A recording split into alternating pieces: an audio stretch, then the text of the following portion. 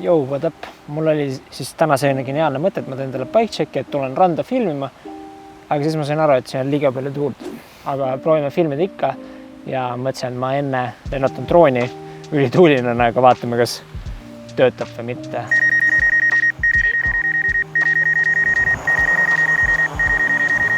Let's go! Ja muruniiduk. Ma tulen siis otse ilusti ranna äärde. Kohe tuleme drooniga järgi. Me oleme siin Kopli liinide lõpus. Hiljuti käisime siin sõbrannaga jalutamas ja avastasime, et see on päris ilus koht. Siin veel ehitused ja asjad käivad, aga muidu on päris ilus. Siin on siis selline rannajoon. Aga jah, selles mõttes päris tore on lennata, sest nagu maailma näeb nii teistmoodi. Me ju loomulikult me ei näe ju kunagi maailma sellisena. See on nagu suht lahe, et see on võimalik meil niimoodi.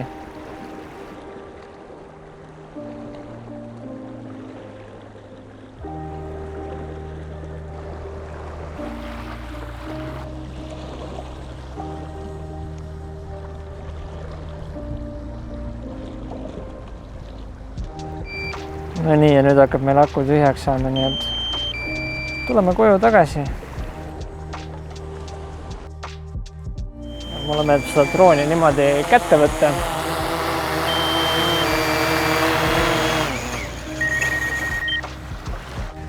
Aga jah, ma arvan, et lähme kuskile vaiksemasse kohta, kus saab päriselt ka filmida.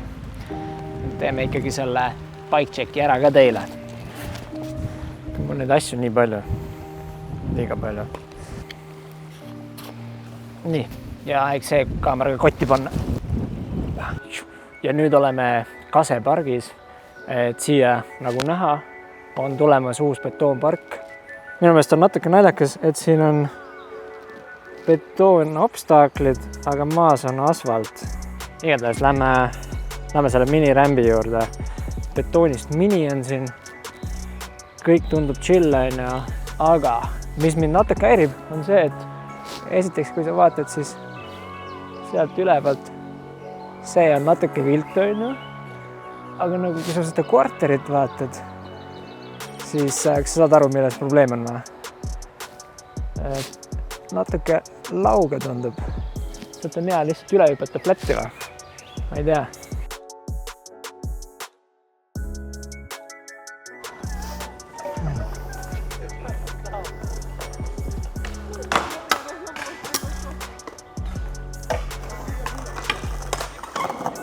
Päris uute reil.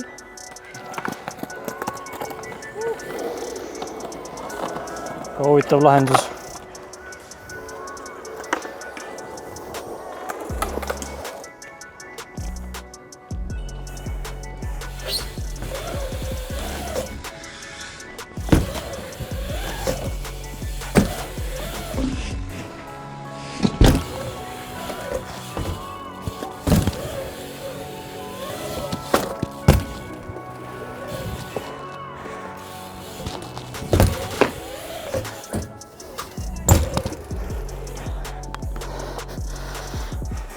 Nii, saame siis praegu pilgu heita siia, kus session toimub.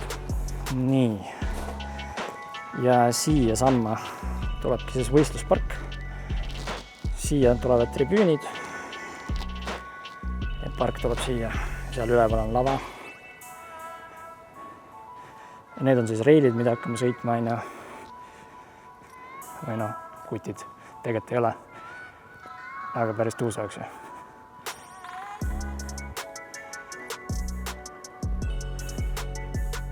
Ja vaatame siia teise ruumi. Siia tulevad igasugused poed ja värgid, särgid, sissepääs on siin. Siit siis tulevad inimesed sisse. Siin on üks saal, mingi lift. Siin on teine ja siis siit läheme edasi ja siin toimub võistlus siis. Ja korralik Nate Wesseli disainitud park tuleb. Nii. Ja siin tuleb väljas kogu möll. Sinna tuleb suur telekas, kus saab siis võistlust vaadata. Kellel piletit ei ole, need saavad siin chillida. Siia tuleb erinevaid tegevusi, süüa saab, nii edasi. Ja siis õhtul toimuvad peod, see üleval potiku katusel, sees mis iganes. Julgemad saavad tulla siia mängima. Pahad poisid-tüdrukud pannakse siia, politsei majja, siia vanglasse.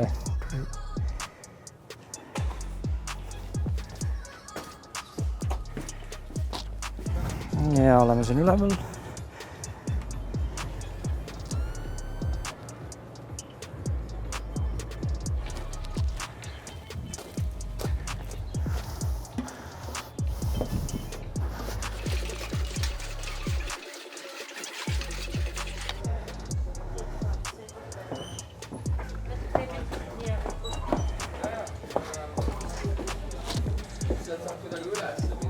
Nii, okei, see tuur on tehtud. No nii, ja lähme lõpuks siis selle bike-checki juurde ka. Ehk siis vaatame, mis juppidest minu ratas koosneb, mis suuruses kõik asjad on ja mis mulle meeldib, mis ei meeldi, mida tahaks vahetada. Mu ratas on siis ehitatud Total BMX Americano Nick Bruce'i Signature raami peale. Äkki ma ostsin oma esimese Totali raami mingisugune 2013 aastal ja ma olen nende juurde jäänud. Austraalias olles ma korra proovisin mingit täiesti tundmatut firmat ka, aga see läks ainult poole aastaga puru. Totali raamide puhul siis mulle meeldib nende geomeetria täiega alati. Et enne seda oli mul Sandstorm ja Nick Bruce'i oma on siis põhimõtteliselt nagu selle edasiarendus. Et tagaosa natuke pikem, sai siia selle alumise kasseti ka juurde, et esiosa oleks tugevam, et ei mõraneks nii kergelt. Ja siis kõige huvitavam on see, et see oli esimene raam, millel siis tehti niimoodi, et pidurikaablid jooksevad läbi sadulaposti. Aga nagu selgus, siis see teeb kohati ka selle raami nõrgemaks. Et mul oli sarnane jama oli kunagi sellega, kui mul oli esimene Totali raam ehk Total Hangover ja sellel oli sadula klamber, oli sisse ehitatud siia selle seatposti sisse. Ja see tegi see raami sealt kohast tunduvalt pehmemaks, ehk siis mul läks mitu korda double tailwippe tehes raam puru. Lihtsalt nagu suure hooga lõidn ja snappis ära. Et nüüd oli vist tõenäoliselt viga selles, et mul oli sadula post liiga madal, oli siin vastu need kaableid ja siis mõranes ära, et see on praegu keevitatud. Aga talve läks puru, ütleme niimoodi, et sai ära keevitatud ja siiani on töötanud. Mõra pole edasi jooksnud. Ja nüüd hakkame ülevalt alla tulema 9 raisiga Larry Edgari Signature Stay Strongi lenks. Mul vahepeal oli 9.3 lenks, aga see hakkas minu No Wonderit segama ja siis ma lihtsalt tulin tagasi 9 peale. Et alguses ju alustasime, siis sai sõidetud mingi 8.5, oli jumala okei tegelikult. Aga nüüd on jah lenksud läinud suuremaks ja ma läksin ka selle asjaga kaasa. Siis mul on hetkel on Odi Stay Strong gripid. Ma olen täiesti Odi gripide fänn. Ma olen Odi gripidega sõitnud mingisugune, ma arvan äkki alates 2011. aastast. Lihtsalt püsivad hästi, on mugavad, kinnastega on ülihea sõita. Ma ei näe üldse mõtet, miks midagi muud osta. Ratas võib-olla ei näe nii puhas välja, et mul on flangidega. Ma jätan need üldjuhul alles, sellepärast mul on pidurid ja pidurilinki ma tõstangi ühele poole ja teisele poole. Ja kui me juba piduritest räägime, siis siin on Odyssey M2 pidur. Mulle meeldib see, et ta on hästi väike, ehk sa saad ühe sõrmega. Ma üldjuhul tegelikult kasutan 2 sõrme. Kui ma fufanuid ja puuvakaid teen, siis ma kasutan 2 sõrma. Nagu sa näed, siis siin on topeltkaabel. Mul on kogu süsteem on topeltkaablitega, ehk siis alla jookseb mul koloni kürosse. Mul on vist Odyssey topeltkaablid. Jookseb alla siia välja ja siis on Odyssey Evo 2 pidurid koos eklati läbipaistvate klotsidega ja topeltkaablitega küro eelis on siis see, et rohkem jõudu läheb otse sisse, et siin ei ole seda, et ühest kaablist läheb teise üle, et kohe on see jõud taga. Ja mingil määral on ka lihtsam vahetada, ülemist on muidugi raskem, aga alla põhimõtteliselt ma saan panna ju tavaliselt täiesti tavaliselt kaablid ka. Üks kaabel, teine kaabel, et üks läheb puru, saan panna teise asemele. Ei pea otsima eraldi mingit kürokaablit. Läbipaistvad klotsid, sellepärast, et need on pehmemast materjalist ja gripib paremini ja seetõttu on mul ka kroomväljad, et pidur töötaks ülihästi. Ma mäletan selline mingisugune 8-10 aastat tagasi oli kogu aeg see, et kellel pidurid olid need kogu aeg atsetoniga, tegid oma velgest puhtaks nii edasi. Ma reaalselt ei mäleta, millal ma oma velgasid puhastasin. Ma võib-olla vahepeal harva mingi aastas paar korda tõmban näpuga üle enam-vähem välja ja that's it. Et kui pidureid juba hakata võtma, siis kindlasti tasub võtta kallis komplekt, mis on hea, et reaalselt töötaks ka, sest kui sul on odav komplekt, mis ei tööta ja mida sa ei hoolda, siis ta lihtsalt veab alt ja sul ei ole sellega midagi teha, et ta hoia sind kuskil copingu peal kinni ja põhimõtteliselt viskab prügikasti. Edasi on Topload Coloni, ma arvan, et official stem, oil slick. Maksin eraldi raha selle eest. Nii, ja siis edasi minnes mul on päris korralik Unixin spacerid vahel, sellepärast, et mulle meeldib, et mu lenks on kõrgel ja küro jaoks on ka ruumi vaja, et ta saaks liikuda. Järgmisena on mul Odyssey R32 kahvel eluaegse garantiiga. Paar aastat tagasi mul üks läks puru, sain garantiist uue. Enne seda oli mul ka Odi kahvel, Odi Dirt, mis mul pidas vist mingisugune 5 aastat vastu. Lisaks sellele kahvlile on mul kodus olemas ka esipidurite jaoks F32. Et see on põhimõtteliselt see sama kahvel, aga tal on lihtsalt siin esipiduri need jupid ka küljes, et saab esipiduri panna. Ja esipiduri jaoks mul on sama pidurilink ja Coloni Oilslick Brethen pidurid. Töötab ülihästi ja läbipaistvalt cool stop piduriklotsid. Et need olid mu vanasti taga ja need olid ülihead, kõige parem firma üldse, aga neid on nii raske leida lihtsalt.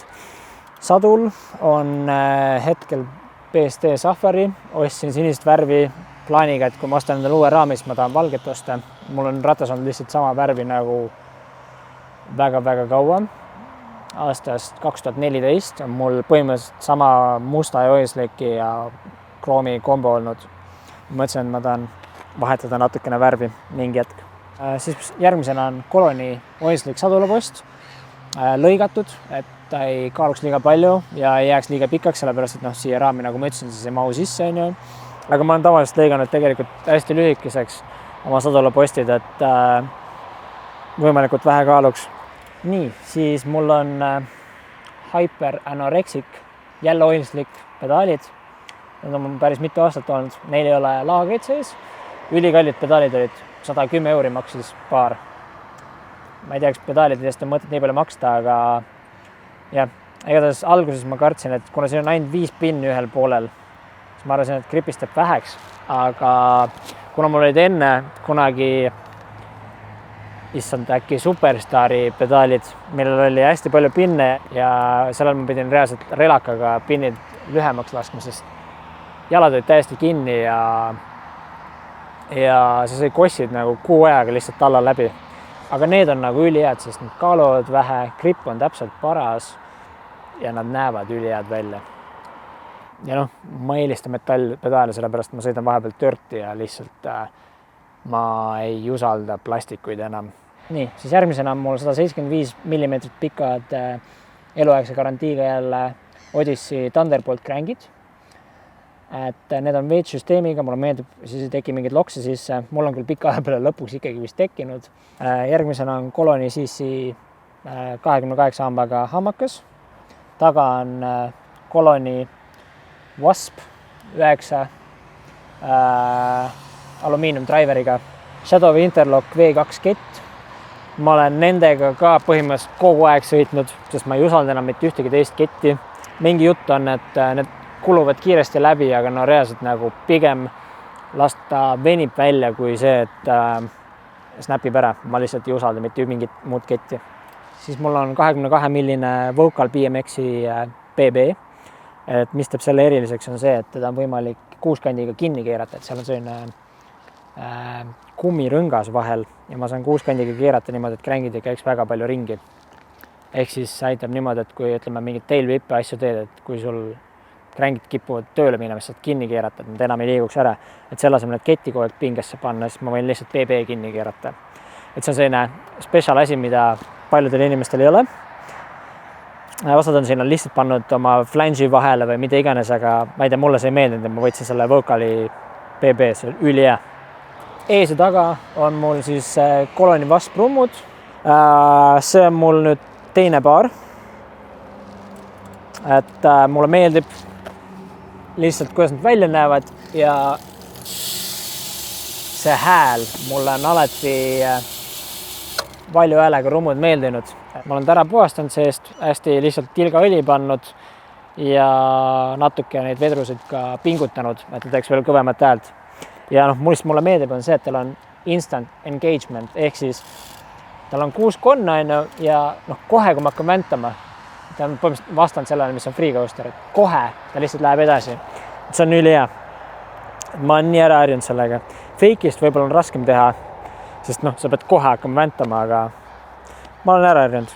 Siis Total BMX-i kodarad, Odyssey taga on mul vist Hazard Light ja ees on, mis ta ongi, see tugevam versioon ka. Et enne mul olid Hazard Lightid, aga nüüd ette sai tugevam veel pandud. Et tegelikult ma tahaks taha ka. Et eelmine set mul pidas 6 aastat vist vastu ja usaldan neid täiesti. Väike lisatouch, mis mu rattal on mu ventiilikorgid. Ma on alati pealuud olnud ja ülitihti lapsed panevad seda tähele, et see on nagu naljakas, aga see on juba minu selline signature nii-öelda. Rehvid on mul Maxis Grifterid. Mäletan, mulle ka meeldisid vanasti täiega ülisuured rehvid, aga nüüd ma panin esipiduri esimest korda peale, siis mul lihtsalt ei mahtunud enam rehv sinna vahele ja ma ostsin 2-1 rehvid. Ja taga ma läksin lausa 1.85 peale, ehk siis ta on ikka täiega kitsas. Peegid on mul aastast 2006 minu täiesti esimese BMX-i pealt, GT Performer, alumiiniumpeegid, töötavad nagu näha, nad on täiesti ära kulunud igalt poolt, aga töötab, et mina ei ole veel selle plastiku asjaga kaasa läinud. Et kuna ma nagu nii vähe grindin tegelikult nagu just mingeid reile asju, siis ma ei ole näinud mõtet ja mulle meeldib see metalli kolks, sest ma teen hästi palju nagu peegtšinke asju ja mul lihtsalt ei meeldiks, kui ma ei kuule seda häält. Et minu jaoks see nagu kolks on see, mis teeb grindimise lõbusaks. Ja kui ma ei tee tšinke, siis üldjuhul ma teen lihtsalt mingeid stoole ja seal on juba parem, kui ta ei libise nii väga. Pidurikaablit üldjuhul ma olen lihtsalt musta teibiga pannud. Praegu nüüd ostsin siis sellised krõpsud siia, et saan need põhimõtteliselt liigutada ja nii edasi. Aga mulle isegi võib-olla meeldis teip rohkem. Aga selline mu ratas ongi. Mulle meeldib, et on madal sadul, keskmisega kõrgusega lenks, natuke pikem raam kui enamikul, sellepärast, et siis on mõnusam turn-down asja teha. Peab kiirelt veerema, häält tegema, et siis on teada, et ma tulen ja mulle meeldib, kui mul on võimalik piduri peegidega lihtsalt rohkem trikke teha. Kaalu koha pealt ma ei kujuta üldse ette. Pole kunagi väga oma ratast kaalunud, et see on nagu suht suva mul tegelikult olnud. Selles mõttes, et ta on üldjuhul inimesed tõstavad üles ja ütlevad, et on ikkagi kerge, aga samas ta ei ole nagu midagi erilist, et siin ei ole mingit titaaniumi juppe või midagi sellist. Täiesti tavaline ratas. Elu näinud, aga samas ma usaldan teda. Nii et kui sulle mu ratas meeldis, siis pane like. Kui sa veel ei ole pannud, pane subscribe, sellepärast et ainult mingisugune 1/3 vaatajatest on subscribe'inud. See on natuke kummaline, aga näeme järgmine kord. Peace!